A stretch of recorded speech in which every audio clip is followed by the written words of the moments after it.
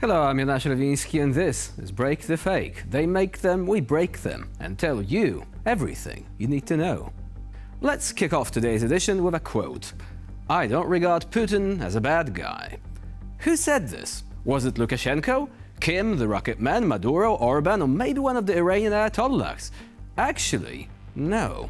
It was, wait for it, lead US negotiator for the Russia-Ukraine war, Steve Witkoff.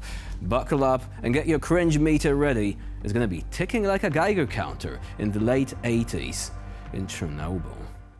Not because he was the president of he could become the president of the United States, but because he had a friendship with him and he was praying for his friend.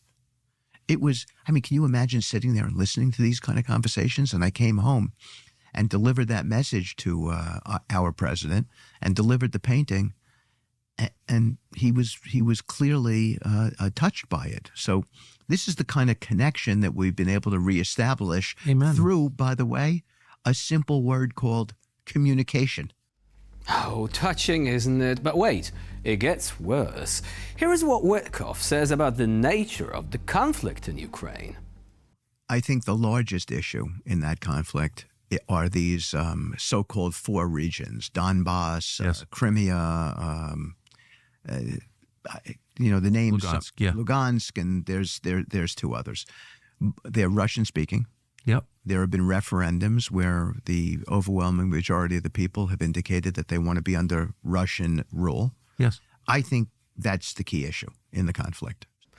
No, Mr. Witkoff, the distinctly Russian bear-shaped elephant in the room is that you seem to know nothing about what's really going on in Ukraine. Which would be totally okay if you stuck with your real estate developer career. But now, you can't even name Ukraine's occupied regions, and Tucker literally has to help you out. So embarrassing. But that's not the worst part. The worst part is the Russian propaganda trope about Russian speakers. Mr. Witkoff, do you really want to know what happened to those Russian speakers when the war started? I'll give you a hint. Watch this. Мы боимся, что Херсон захватят, нас придут, расстреляют, убьют. Мы говорим на чистом русском, нас никто не заставляет говорить на украинском. Тут нет такого, что нам кто-то издевается, запрещает русский язык. Наше правительство нас никогда ни в чем не обижало, размовляла украинской мовой. Я говорю русским языком, я родилась в России. Я мать привезла в Украину. И Украина стала моим родным домом, моей страной любимой. All in all, this disaster piece of an interview with Mr. Witkoff drives my cringe meter off the scale. So much is completely wrong here. Witkoff's and Moscow's idea that a language dictates one's national identity is absolutely ridiculous. Plus, those referendums you're talking about were a complete sham. There is ample evidence of that, so why pretend otherwise? Voting at gunpoint isn't freedom of choice. Full stop. At one point, Witkoff told Fox News that in the course of Middle East peace talks, he was duped by Hamas. Let me tell you something, Mr. Witkoff. In terms of using lies and deception, Hamas is full of rank amateurs. Now, you're dealing with the pros, all KGB trained and with years of experience. And you're falling for a tearjerker's story of Putin sending Trump some useless trinket. Well, good luck with that. Russian state television, where propaganda meets pure comedy gold. This time, the brilliant minds at 60 Minutes have graced us with yet another masterpiece of geopolitical analysis. According to the ever-reliable Olga Skabeyeva and friends, Donald Trump's supposed desire to recognize Crimea as Russian territory has absolutely nothing to do with politics, international relations, or legal frameworks. No. According to these Kremlin-certified intellectuals, it's about hotels. Apparently, in the fevered dreams of Moscow's propagandists, Trump isn't actually concerned with trivial matters like NATO, diplomacy, or the sovereignty of nations. Instead, he's been eyeing Crimea the way a real estate mogul eyes a prime beachfront property. Forget the complexities of international law. Trump simply wants to slap a golden T on a Crimean resort and start charging oligarchs for overpriced suites with the view of the Black Sea. Dmitry Yegorchenkov, the so-called director of the Institute of Strategic Studies and Forecasts, which based on his analysis sounds about as legitimate as any diploma mill, chimed in to suggest that Trump's foreign policy is essentially an extension of his real estate ambitions. Yes, because that's how world leaders make territorial decisions, by looking for the best spot to build a casino.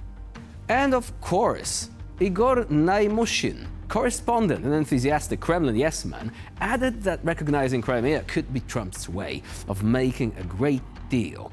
Because what's a little illegal annexation and war when there is potential for luxury golf courses? Как бы то ни было, действительно сейчас ходят разговоры о том, что американский президент добивается признания Крыма. И действительно территориальный вопрос – это вопрос в топе среди тех тем, которые необходимо обсуждать сторонам для урегулирования конфликта.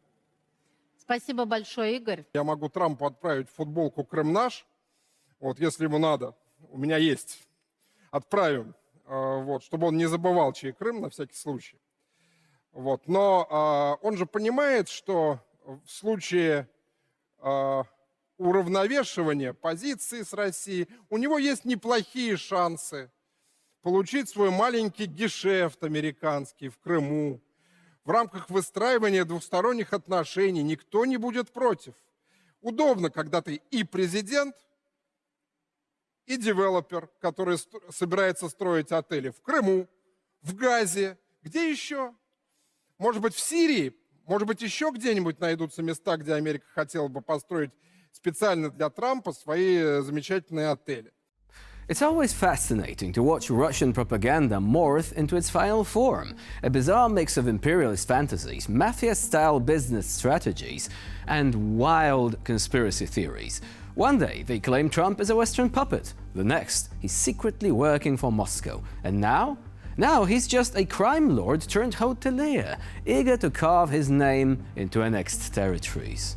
But perhaps the best part, the sheer projection, because if there is any world leader who actually does view international relations as a personal real estate venture, he's sitting in the Kremlin, dreaming of restoring the Soviet Union while pretending it's all about historical justice. Meanwhile, Russian officials have spent decades looting their own country, turning everything from oil reserves to foreign embassies into their personal piggy banks. So, will we see Trump palace Crimea anytime soon? Highly unlikely.